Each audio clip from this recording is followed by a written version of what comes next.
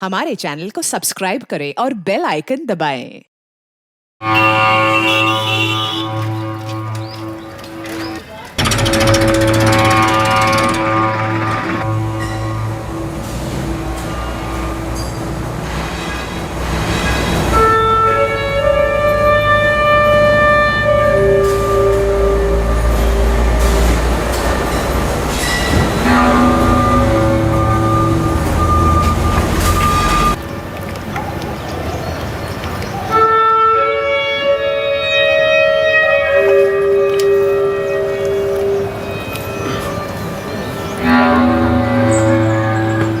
महेश बेटा, हम फिर भी तुमको यही कहेंगे कि तुमको पढ़ाई नहीं छोड़ना चाहिए था। अरे बाबूजी, वैसे भी हम कहाँ अच्छे थे पढ़ाई में, और आपके साथ साथ काम करेंगे, 4 पैसे कमाएंगे तो आपका भी बोझ थोड़ा हल्का हो जाएगा ना।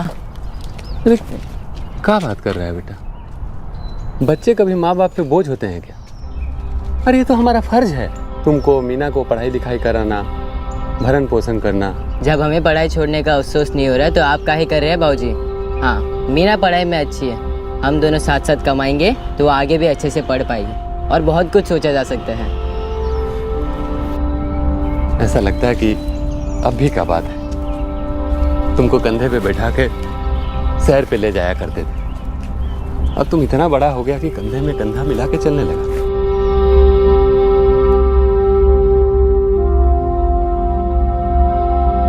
मीना, जरा चाय चढ़ा दे बिटिया, तेरे बाबूजी और भैया आते ही होंगे, तब तक हम दिया जला लेते हैं मंदिर में। ठीक है माई।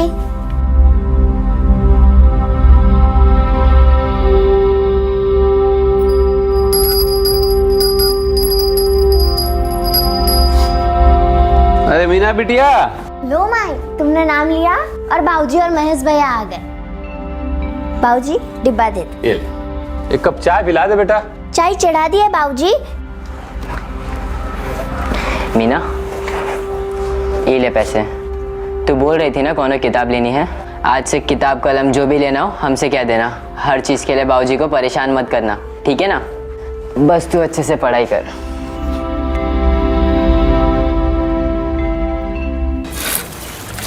तो बहुत ही खर्चा हुआ कब यह मेरे रंजन भैया? बहुते तो बहुत कम है महेश, बहुते से ज़्यादा हो गया। तो कैसन के इंतजाम पैसन का? कैसे क्या, कर्जा लिए। अब देखो बिहार में तरह तरह का खर्चा होता है, अब लड़के वाले को भी तो देना पड़ता है कुछ। मतलब अब लेन दारन का चाबुक सर पर। सो तो है, लेकिन हम बहुत खुश हैं कि हमारी बहन का बहुत अच्छे से ब्याह हो गया। और क्या चाहिए हमको? बाकी रहा कर्ज का तो हम और बाबूजी मिलके धीरे धीरे चुकाते रहेंगे।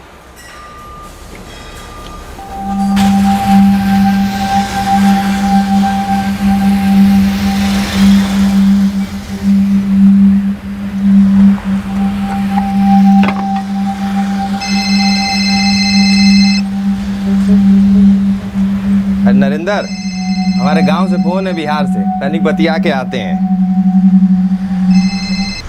हेलो। प्रणाम चाचा जी, महेश बोल रहे हैं। अरे महेश बेटा, कैसे हो? बढ़िया है चाचा जी। सुभाष भाई और भौजी कैसी हैं? और छुटकी मीना? सब बढ़िया है। चाचा जी, आपसे एक जरूरी बात करनी थी। वो तो हम समझ गए बेटा, चाचा को ऐसे ही थोड़ा ना याद करोगे। ऐसी बात नहीं है चाचा जी।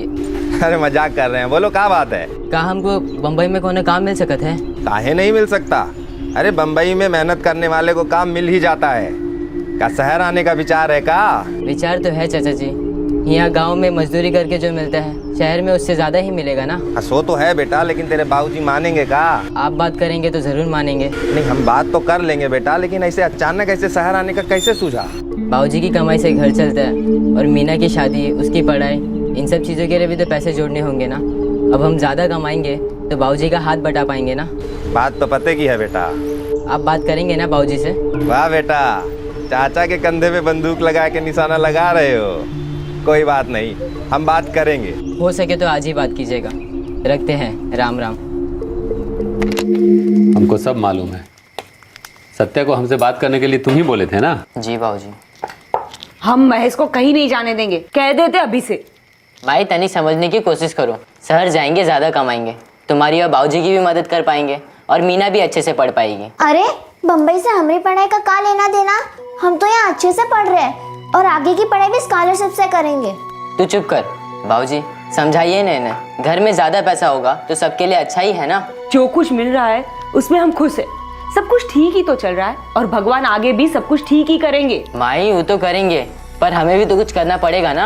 अरे बेटा, बम्बई बहुत दूर है, अब ऐसे ही तुमको कैसे भेज दें? हमको सोच विचार कर लेने दो, फिर हम बताते हैं। बाबूजी, हमने सोच विचार करके ही फैसला लिया, और चाचा जी भी तो वही शहर में काम करते हैं। उनकी बात और है, वो अकेली जान है, न कोई परिवार न कोई जिम्मेदारी है उनपे। तू अभी इतना बड़ा नहीं हो गया है कि तुझे अकेले शहर भेज दे। अकेले कहाँ माई, हम चाचा जी के साथ रहेंगे। वो बोले हैं हमको नौकरी दिला देंगे, हम जो कमाएंगे सब तुम्हें भेज देंगे। देखो तुम है ना बोले ना हम कि हम सोच विचार के बताएंगे। अब ये बहस खत्म करो। जितना सोचना है सोच लीजिए, लेकिन ये कहीं नहीं जाएगा, ये बात तय है। माई ठीक कह रही है, भैया कहीं नहीं जाएंगे।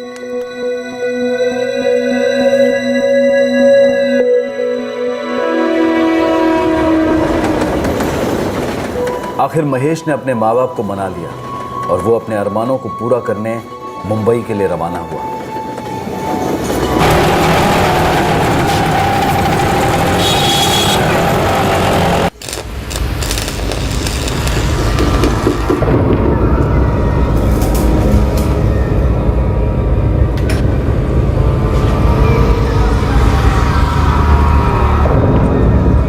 सलाम नसीम भाई।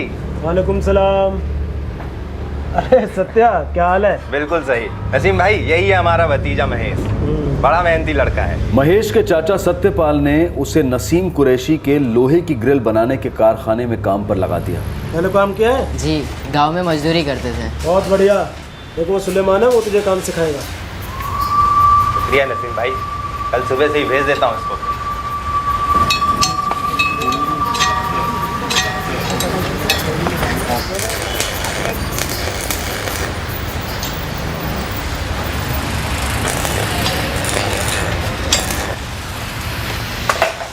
रुक, दे इधर। अबे पेन नहीं, पाना है ये, समझा?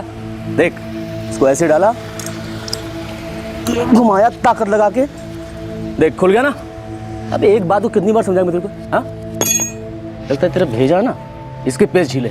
जिस दिन दिमाग खराब हो ना, सारे पेज सही करूंगा तेरे में। चल फटाफट काम कर। अबे बैठा बैठा मुंह क्या देख रहा है? फटाफट हाथ चला। नहीं, मेरा हाथ चल गया बेटा तो ठीक हो जाएगा तू।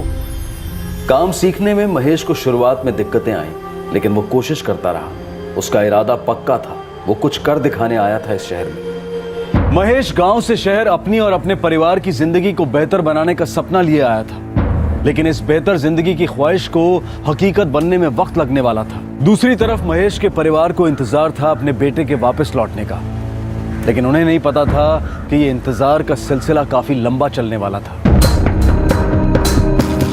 अरे पागल हो गया क्या? अभी धीमी लोकल के लिए मेरे को रुकना पड़ेगा क्या? अरे पता नहीं क्या उल्टे सीधे धंधे करता है तेरा भतीजा।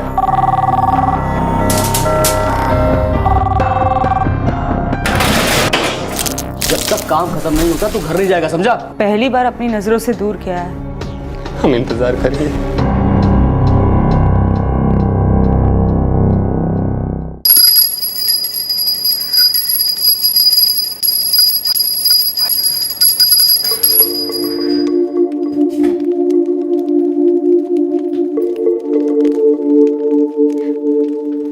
बात हुई महेश से?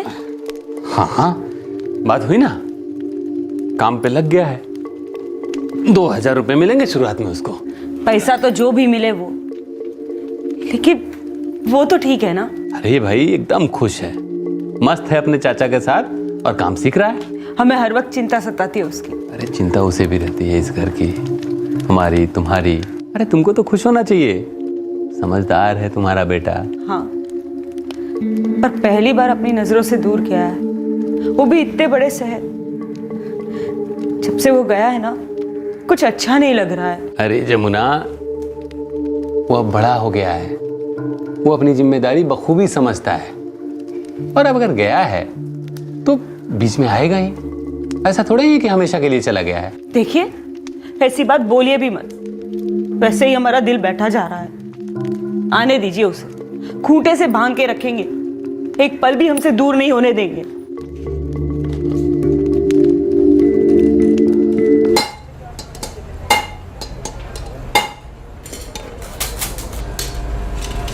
ए महेश कछुए, कितनी फिटिंग तैयार हुई?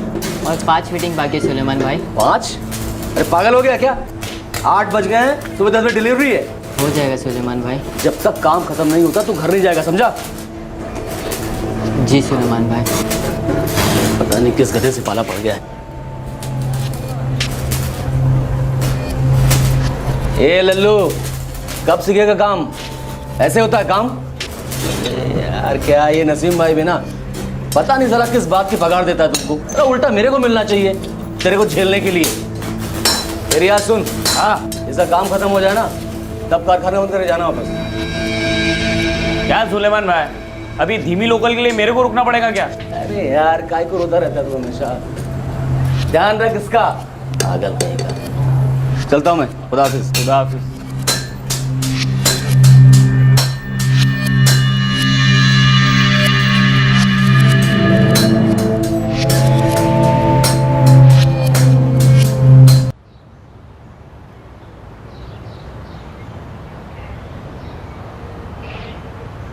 महेश, हे महेश, अरे 8 बज गए हैं, काम पे नहीं जाना का? उठा, 8 बज गए। 8 बज गया। तुमको तो बहुत तेज बुखार है। पता नहीं इतना कैसे सो गया। अरे महेश, तुम्हारी तबीयत ठीक नहीं है, किसी डॉक्टर को चल के दिखा लेते हैं। नहीं चाचा जी, हमें बहुत जरूरी काम है। अरे कौनो पहाड़ नहीं टूट जाएगा एक दिन काम पर नहीं जाओगे। गरम स्त्री की तरह शरीर तप रहा है तुम्हारा, आराम करो आज। हमारा जाना बड़ा जरूरी है, हम चलते चाचा जी। राम राम। अरे ऐसा क्या जरूरी है? राम। 12 अप्रैल 2005 महेश को तेज बुखार था, लेकिन वो काम पर जाने के लिए निकल पड़ा और उस दिन वो अपने चाचा के घर पर वापस नहीं लौटा।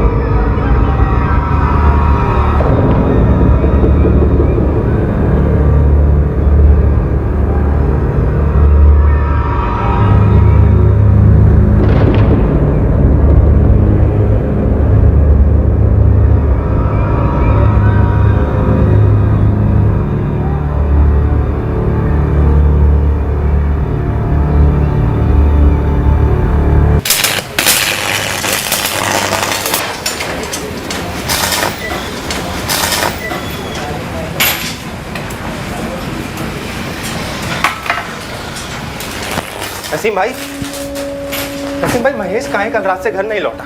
ये तो मैं तुझसे पूछने वाला था, कहाँ है तेरा महेश? क्या कह रहे हो नसीम भाई? यही सत्या भाई, तुम्हारा जो ये भतीजा है ना महेश, इसकी हरकतें कुछ ठीक नहीं है।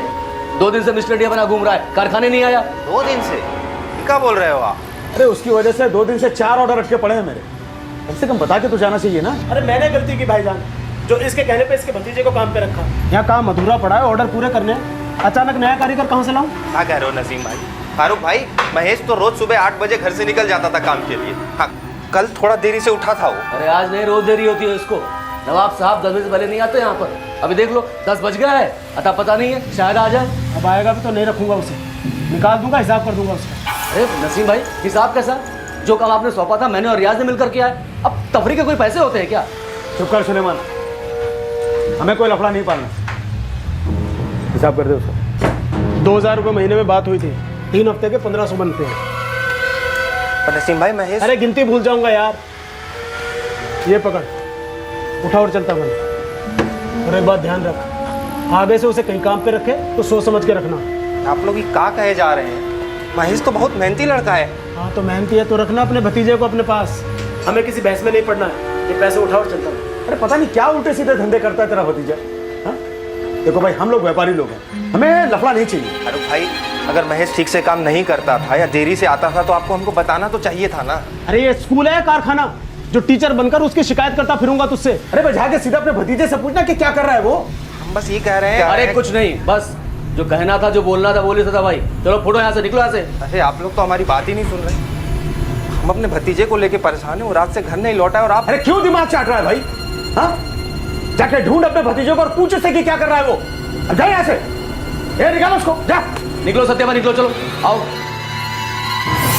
ये ले ले, पकड़ पकड़ पकड़, चलता बन। अरे शक्ल क्या देख रहा है, चलता बन। फिर भैया वो आप पर इतना काहे चिल्ला रहे थे?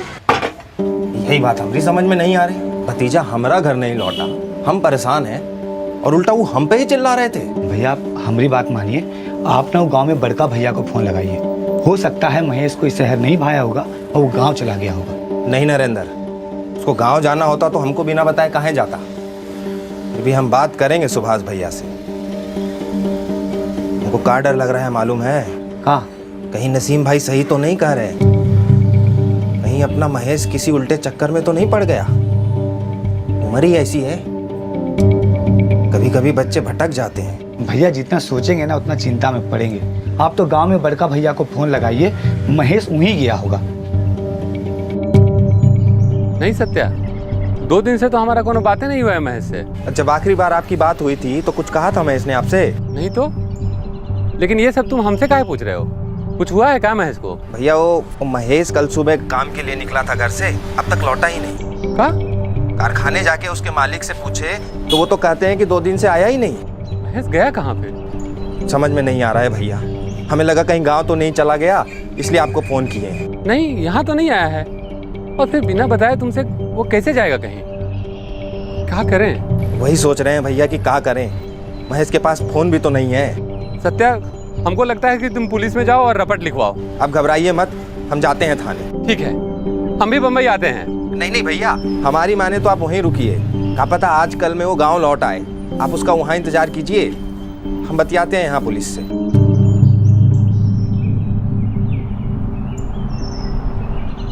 इंतजार में 1 दिन और गुजर गया, लेकिन महेश का कुछ पता नहीं चला। वो अपने गांव भी नहीं लौटा था। महेश के पास कोई फोन भी नहीं था। उससे कांटेक्ट करने का, उस तक पहुंचने का कोई रास्ता नजर नहीं आ रहा था। हमने पहले ही कहा था मत जाने दो उसे शहर, अभी इतना बड़ा नहीं है वो। माई तू रो मत, मिल जाएंगे भैया। चलो चलो, ट्रेन का वक्त हो गया है।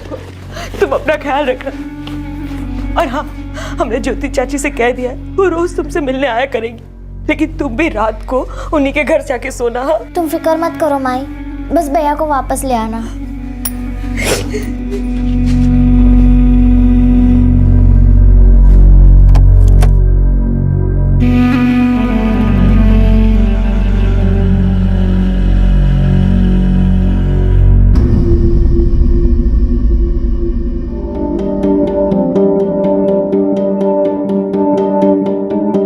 साहब 2 दिन हो गए महेश घर नहीं लौटा, वो अपने गांव भी नहीं गया। तुमने बताया कि महेश के मालिक उसकी शिकायत कर रहे थे, ऐसा क्या करता था? हमको कुछ बताया नहीं ठीक से साहब। हमारे हाथ में उसका 3 हफ्ते का पगार थमा दिए और डांट के भगा दिए हमको।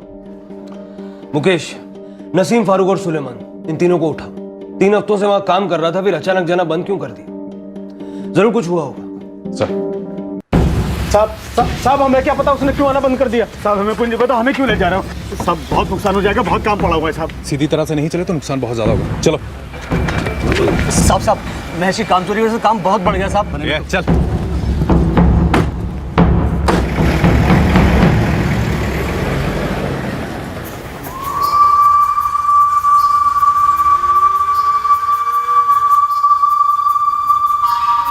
साहब महेश 11 अप्रैल को नहीं आया और ना ही 12 को। मैं सोच ही रहा था कि उसके चाचा से बात करूं, लेकिन 13 को ये खुद आ गया और मुझसे पूछने लगा कि महेश कहाँ है। हम भी तो वही पूछ रहे हैं, महेश कहाँ है? साहब कसम खुदा कि हम लोगों को नहीं पता कि महेश किधर है। आवारागर्दी का शौक था उसे, दिन रात घूमता रहता था इधर उधर। साहब कारखाने में काम कम, खुराफात ज्यादा करता था। सत्यपाल के कहने पर तुमने उसे काम पर रखा था ना? जी साहब, वो सत्यपाल का भतीजा था इसलिए भरोसा किया। सत्यपाल जिस लॉन्ड्री में काम करता है वो हमारे कारखाने के पास ही है, बरसों से जानते हैं उसे। और तुम्हें कारीगर की जरूरत भी थी? जी साहब। तो जब उसने अचानक आना बंद कर दिया तो दिक्कत तो हुई होगी। वो तो साहब महेश जब काम पर होता था तब भी दिक्कत तो होती थी। अब काम में भी ढीला था और टाइम का भी ढीला था। उसके चाचा ने बताया था कि वो सुबह 8 बजे घर से निकलता था काम के लिए, लेकिन साहब कभी 10 बजे पहले पहुंचा नहीं कारखाने वो। तो जब 2 दिन तक महेश नहीं आया तो तुमने सत्यपाल को फ़ोन करके पूछा नहीं? अब साहब हम अपने कस्टमर्स की फिक्र करेंगे या उस गैर जिम्मेदार लड़के की? उस दिन ऑर्डर्स भी काफ़ी थे डिलीवरी के। हाँ सर, 12 तारीख को माल डिलीवरी करना था वापी में, और मैंने महेश से बोला भी था कि सुबह 8:30 बजे आ जाना डिलीवरी के लिए, लेकिन वो तो आया ही नहीं। साहब वो उस दिन सुबह 8 बजे उठा था, हम खुद उठाए थे उसे। बीमार था लेकिन फिर भी काम पे जाने के लिए निकला, बोल रहा था बहुत जरूरी काम है। नहीं चाचा जी, हम चलते हैं, हमारा जाना जरूरी है। राम राम चाचा जी। कैसे? ये कह के निकल गया। हाँ लेकिन कारखाने तो नहीं पहुंचा ना। वो साहब उसके बाद मैंने 9 बजे तक उसका इंतज़ार किया, फिर मैं खुद ही गाड़ी लेकर निकल गया डिलीवरी करने के लिए।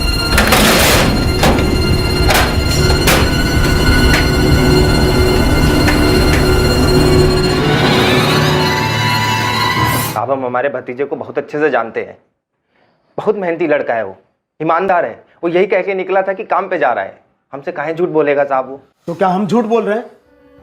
साहब भलाई का तो जमाना ही नहीं रहा। बहुत बड़ी गलती की जो इसके भतीजे को काम पे रखा। साहब महेश को जब पहली बार देखा था तभी समझ गया था ये लड़का किसी बुरी संगत में है, ये एक दिन फंसेगा भी और हम लोगों को फंसाएगा भी।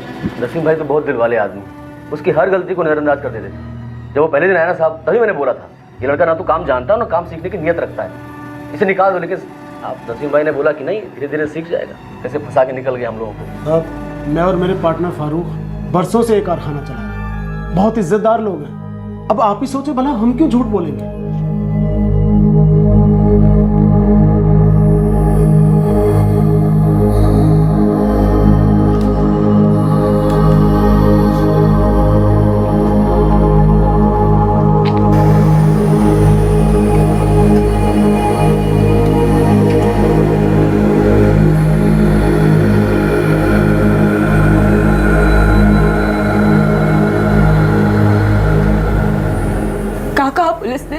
फौजी कह तो रहे हैं खोजेंगे महेश को, पर कितना समय लगेगा कुछ कह नहीं सकते। देखिए हम कह रहे हैं आपसे, उसके सेठ झूठ बोल रहे हैं। हमको तो समझ में नहीं आ रहा है कि बिना बताए वो कहीं कैसे जा सकता है। सर नसीम कुरैशी और फारूक सिद्दीकी दोनों के फ़ोन कॉल चेक किए, लेकिन कुछ भी अटपटा नजर नहीं आया। और सर 12 अप्रैल को पूरा दिन वो अपने कारखाने पर ही थे। और उनका वो कारीगर सुलेमान, उसके रिकॉर्ड से कुछ मिला? सर जैसा कि ये लोग कह रहे थे, सुलेमान 12 अप्रैल को वापी गया था डिलीवरी करने, और रिकॉर्ड से ये बात कंफर्म होती है। और वो उसी रात मुंबई वापस लौटा था, और करीब शाम को 7:30 बजे नसीम को एक लैंडलाइन नंबर से फ़ोन आया था, मनोर से। मनोर से? बुलाओ नसीम को, उसी से जानते हैं कि इसका फ़ोन था। और फारूक और सुलेमान को भी लेके आओ। जी साहब वो फ़ोन मैंने ही किया था। वो वापी से लौटते टाइम साहब मैं मनोर में रुका था चाय नाश्ते के लिए एक ढाबे पे, तो वहीं से फ़ोन किया था।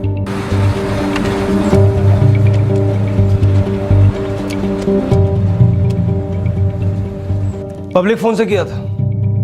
जी साहब। क्यों, तेरे पास मोबाइल है ना? साहब वो बैलेंस ख़त्म हो गया था तो इसलिए पीसी से किया। फ़ोन क्यों किया था?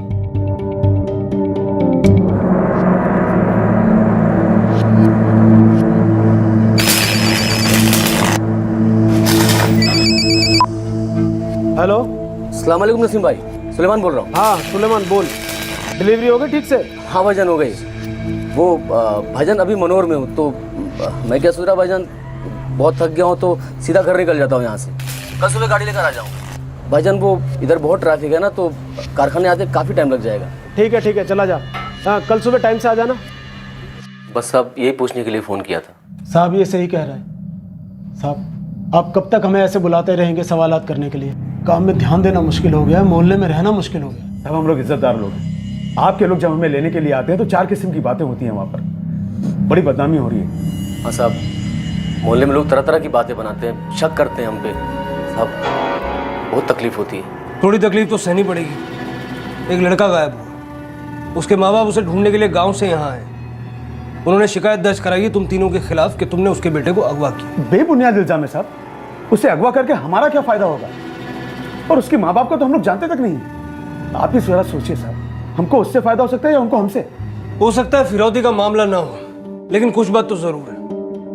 मुंबई में महेश के 2 ही ठिकाने थे, एक उसके चाचा की खोली, दूसरा उसके मालिक का कारखाना। उसके चाचा के मुताबिक वो सुबह 8 बजे काम पर जाने के लिए निकला, लेकिन नसीम, फारूक और सुलेमान तीनों इस बात से इनकार कर रहे हैं। सर उस कारखाने में एक और बंदा काम करता है, रियाज।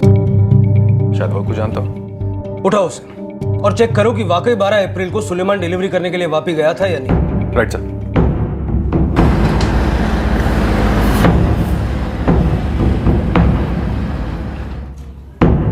साहब 12 अप्रैल को 11 के आसपास मैंने कारखाना बंद किया था। फारूक और नसीम पूरा दिन कारखाने पर ही थे। हाँ साहब, वो दोनों तो उधर ही रहते। वो लोग भी कारखाने को बंद करने के बाद ही बाहर निकलते। फिर तू कहाँ गया? साहब अपन भी अपने घर जाएंगे और कहाँ। सुलेमान भी साथ था ना तेरा? सुलेमान नहीं साहब, वो तो सुबह सुबह डिलीवरी के लिए निकल गया था ना, वापी के लिए।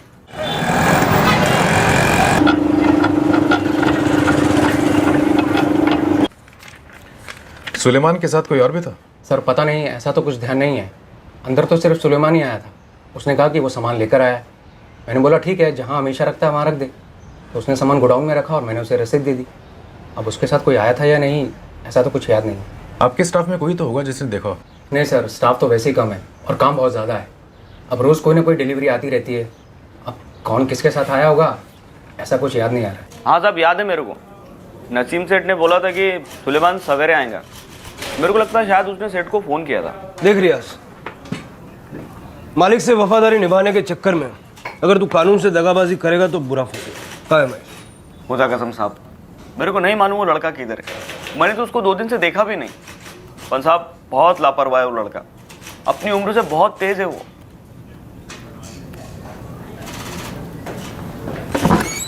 सर 12 तारीख को सुलेमान डिलीवरी करने वापी गया था, ये बात कंफर्म होती, लेकिन उसके साथ कोई और भी था या नहीं ये पता नहीं चला। समझ में नहीं आ रहा ये महेश अचानक कैसे गायब हो गया। कुछ तो हुआ हो, कोई तो वजह हो। महेश के चाचा सत्यपाल और पिता सुभाष रोज पुलिस स्टेशन आते अपने बेटे के बारे में पूछने।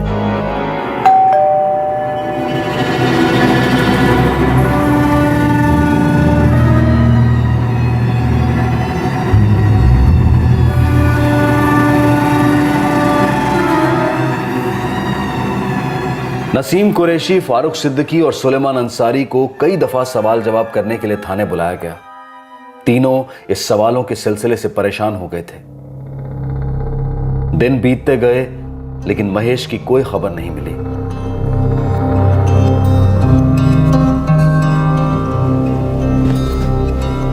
सत्या, अब हमको जाना होगा।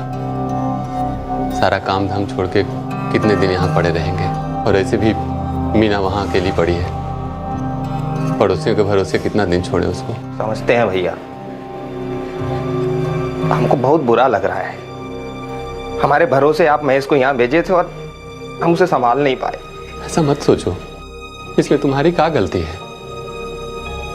देखो हम जा रहे हैं, लेकिन तुम थाने जा जा के समाचार लेते रहना। हमको पूरा भरोसा है कि तुम एक न एक दिन महेश को गांव लेके जरूर आओगे। सत्या, हम इंतजार करेंगे। भाऊजी, भैया हम वादा करते हैं कि हम पूरी कोशिश करेंगे महेश को ढूंढने में। हमारा भी बेटा है वो, उसका पता हम जरूर लगा कर ही रहेंगे।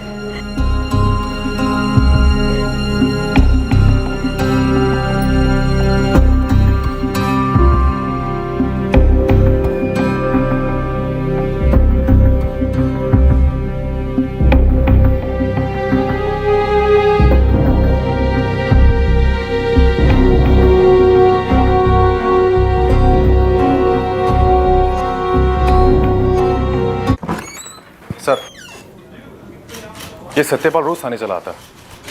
क्या करें, कुछ समझ नहीं आ रहा।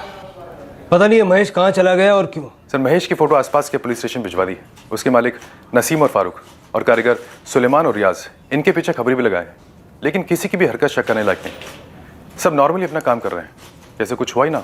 महेश सिर्फ 15 साल का है, शहर पहली बार आया था। क्या वाकई किसी बुरी संगत में पड़ गया होगा जैसा उसके मालिक बता रहे हैं, या फिर कोई बहला फुसला के उसे अपने साथ ले गया हो। सर, अगर ऐसा हुआ है तो वो मुंबई के काफ़ी दूर होगा, क्योंकि यहाँ की छोटी मोटी सभी गैंग से बड़ी सख्ती से पूछताछ की, लेकिन महेश के बारे में कुछ भी सुनने को नहीं मिला। कोशिश जारी रखो मुकेश, शायद कुछ पता चल जाए।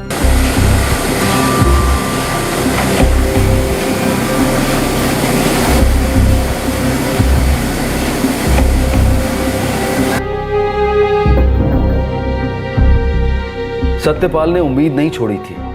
वो अपनी हर मुमकिन कोशिश कर रहा था। जगह जगह अपने लापता भतीजे के पोस्टर्स लगा रहा था।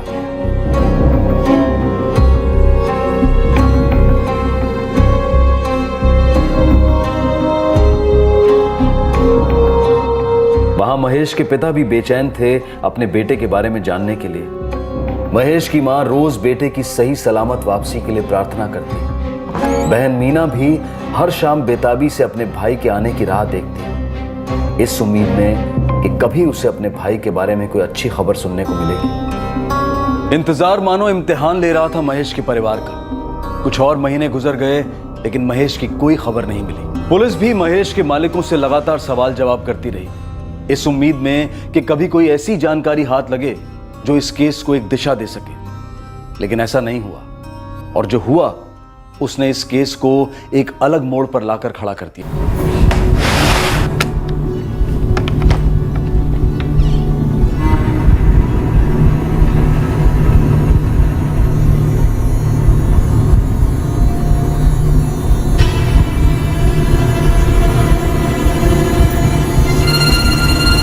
आप कहीं जा रहे हैं क्या?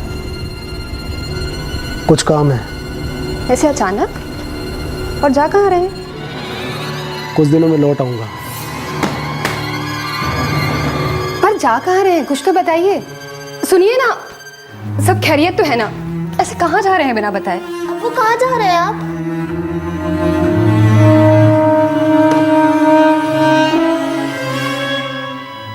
मुझे बहुत घबराहट हो रही है, आप मेहरबानी करके बताइए कहाँ जा रहे हैं। घबराओ मत तहसीन,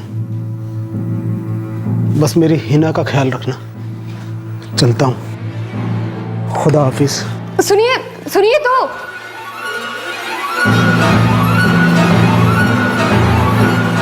फोन क्यों बंद है नसीम का? और है कहाँ वो? अब और कुछ पूछना बाकी है सर? उल्टे सवाल मत कर, जो पूछा उसका जवाब दे। नसीम कहाँ? पता नहीं सर, बस इतना पता है कि बहुत परेशान है, और सही भी है। तंग आ गया था रोज रोज थाने के चक्कर लगाकर। जब जीजा उठा के लेके गया थाने। बातें मत बना, जो पूछा उसका जवाब दे। पता नहीं साहब, उसकी पत्नी भी 3 दिनों से यही सवाल कर रही है। समझ भी नहीं आ रहा कि भाभी जी को क्या जवाब दे। तू उसका दोस्त भी और पार्टनर भी, उसने तुझे नहीं बताया कि वो कहाँ जा रहा है? उसने अपनी पत्नी को नहीं बताया तो मुझे क्या बताएगा। बस इतना जानता हूँ कि दोस्तों से बहुत ज्यादा परेशान था, बहुत जिल्लत महसूस कर रहा था, शायद इसीलिए चला गया कहीं। फोन भी बंद कर दिया। तो अल्लाह से यही दुआ है कि जहां भी रहे सुकून से रहे, कुछ गलत नहीं करे अपने साथ। नसीम के फोन रिकॉर्ड्स क्या कहते हैं? सर, इस नसीम का फोन 3 रात पहले से, जब से वो घर से निकला है, स्विच ऑफ ही है। कहीं ऐसा तो नहीं कि महेश के बारे में कुछ जानता था? हो सकता है सर, उसका पार्टनर फारूक कह रहा था कि पुलिस की पूछताछ से तंग आकर नसीम कहीं चला गया। पूछताछ तो अब भी होगी। रोज एक कांस्टेबल नसीम के घर पे भेजो, फरार डिक्लेयर करो उसे। देखता हूं कब तक छुप के बैठता है, कभी तो घर वापस आएगा।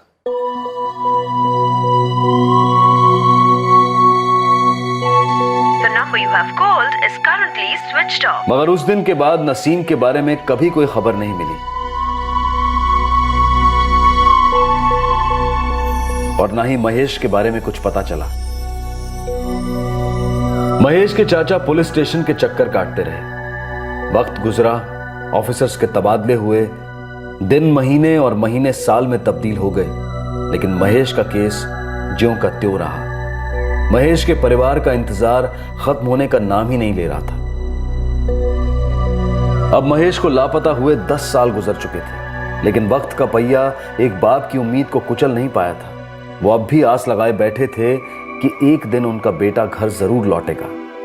उम्मीद की एक लौ उसकी मां के सीने में भी जल रही थी, जो 10 सालों से अपने बेटे की सलामती की कामना कर रही थी। एक बहन ने राखियों में बचपन के उन सालों को संजो कर रखा था, जो उसने अपने बड़े भाई की कमी महसूस करते हुए जिए थे।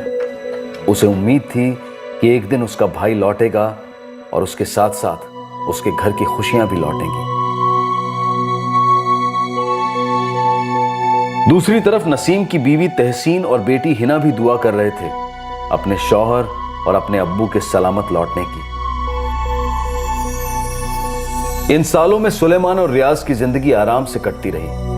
फारूक अब अकेला मालिक था। उसकी निगरानी में कारखाने का काम बिना किसी रुकावट के जारी रहा। महेश के चाचा सत्यपाल कहने को तो अपनी जिंदगी जी रहे थे, लेकिन उनकी आंखों में इंतजार और अपने भतीजे की वापसी की उम्मीद अब भी झलक रही थी। वक्त गुजरता है, चीजें बदलती हैं, हालात करवट लेते हैं, लेकिन अपनों का इस कदर अचानक जिंदगी से गायब हो जाने का दर्द हमेशा बरकरार रहता है। एक लंबा इंतजार, एक सूनापन जिंदगी का अटूट हिस्सा बन जाता है।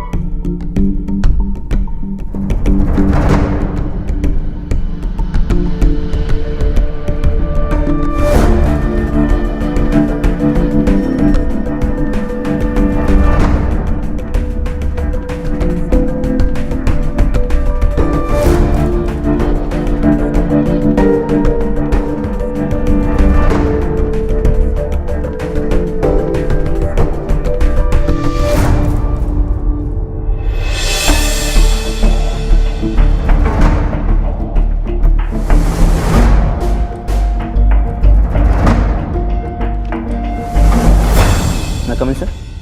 आओ राजन। अभी तक जितने भी अनसॉल्व केसेस मैंने देखे उनमें से ज़्यादातर रॉबरी के हैं। सर मैं जो रिकॉर्ड्स चेक कर रहा था उनमें से मुझे एक मिसिंग केस की फाइल मिली है जो अब तक सॉल्व नहीं हुआ है। Missing case? जी सर। कब का है? सर 2005 का। 10 साल हो गए लेकिन अब तक सॉल्व नहीं हुआ है। 10 साल? जी सर।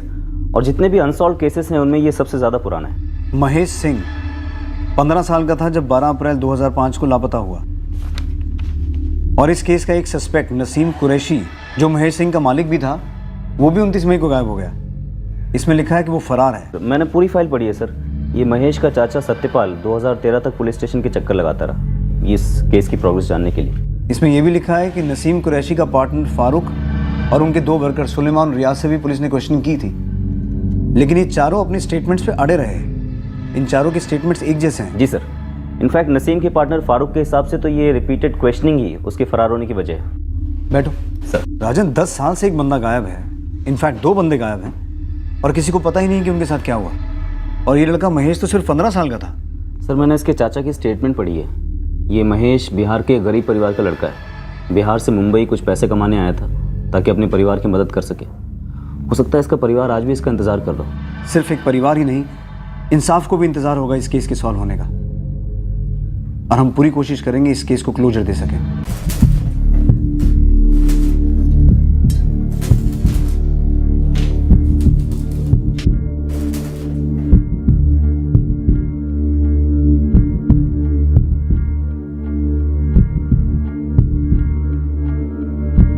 सर पूरे 10 साल हो गए हैं, लेकिन टीवी सीरियल की तरह इस केस से जुड़े लोगों में कुछ ज़्यादा नहीं बदले।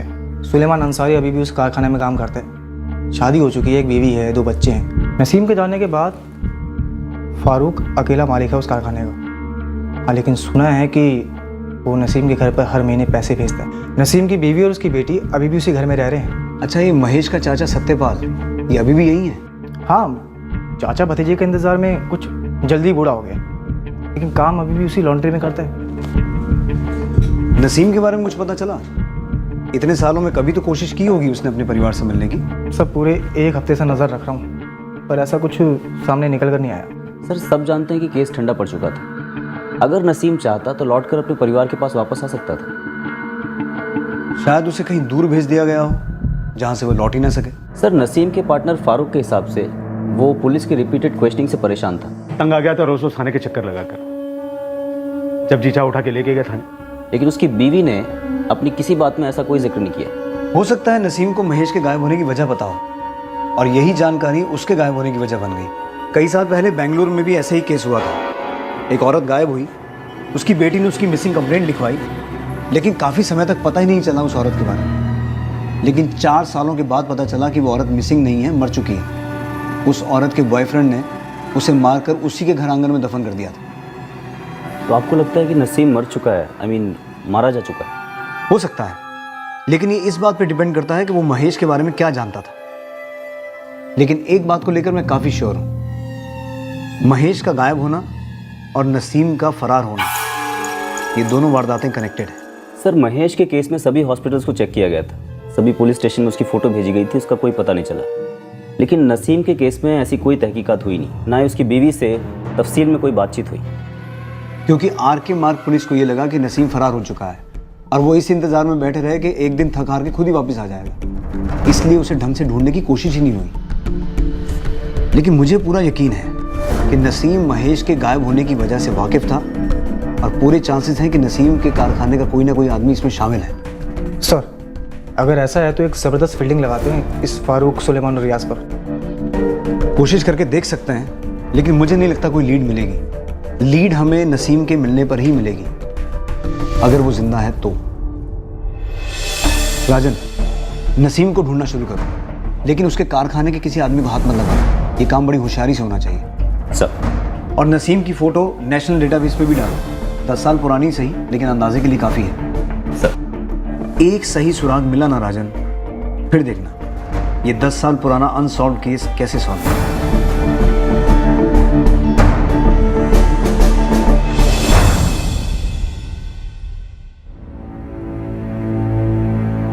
क्या वजह थी नसीम कुरैशी के अचानक इस तरह अपना घर परिवार छोड़कर चले जाने की?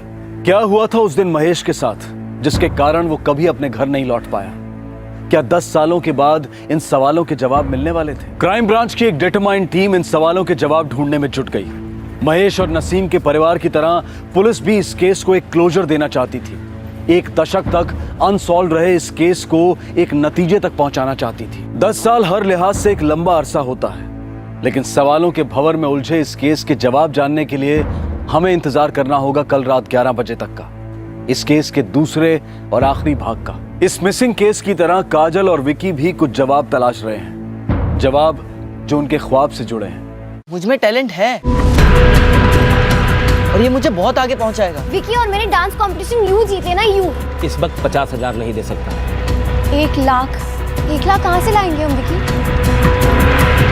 पापा, डांस के लिए मैं जान दे सकता हूँ। देखिएगा जरूर कल शाम 7 बजे हमारा क्राइम पेट्रोल सतर्क का चौथा स्पेशल फीचर नाच। अब मैं अनूप सोनी आपसे विदा लेता हूं, फिर मुलाकात होगी। तब तक सुरक्षित रहें, सतर्क रहें और देखते रहें क्राइम पेट्रोल सतर्क। सबक एक को सीख हम सबको। जय Hind. For more updates, subscribe to our channel, click the show links and enjoy watching the videos.